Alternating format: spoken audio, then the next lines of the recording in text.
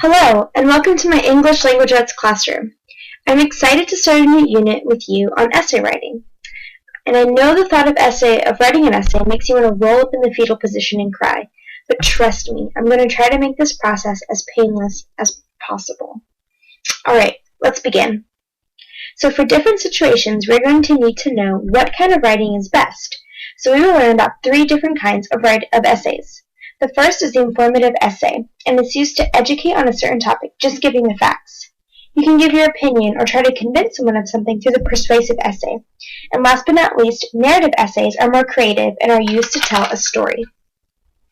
So today we're going to focus on the informative essay. And as I said before, you write an informative essay in order to explain a topic.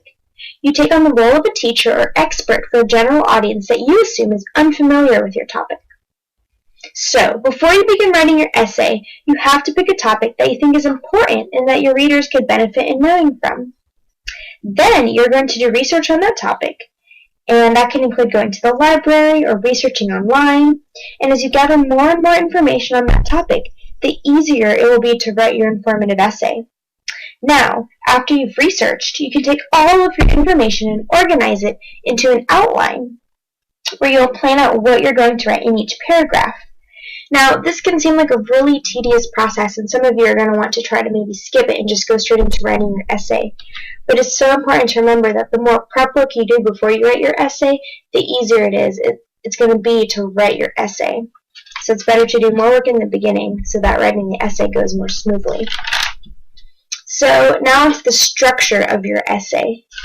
So the beginning of your essay needs to present the topic that you chose. It needs to grab the attention of the audience. It needs to include your thesis statement, which is a sentence that kind of sets up the focus for the rest of your writing. The middle of your essay will be the main bulk of the essay, where you're going to inform your audience of the who, what, where, when, why, and how of your topic.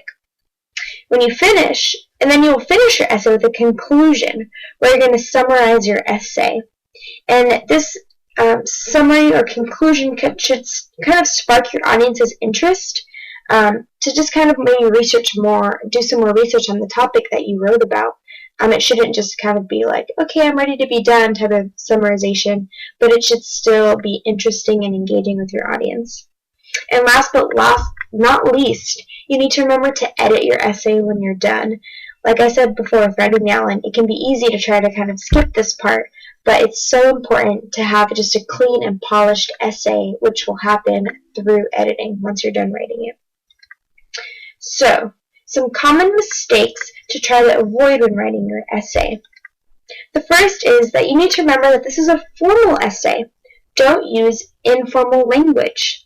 Your audience will lose respect for your expertise if you don't use proper language and grammar. Remember that you're coming to them with, like I was saying, an expertise on this topic. And if you use improper grammar or just language that is not very formal, they're not going to really trust what you're writing about your topic. So it's important to remember that.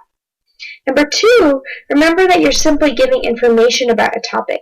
You're not trying to persuade anyone. So you should try not to include personal opinions or kind of debates in your writing. That's going to go more into our persuasive writing, which we'll talk about later. And last but not least, remember that your essay needs to be interesting as well as informative. This can be hard to do if you believe your topic is boring or not important. That's why it's so important to choose a topic that you're really passionate about. Alright, so for class tomorrow, we're going to start creating an outline for an informative essay that we're going to write, and I'm going to lead you through the process so you don't have to be nervous. So for tomorrow, start thinking about a topic that you would like to write about.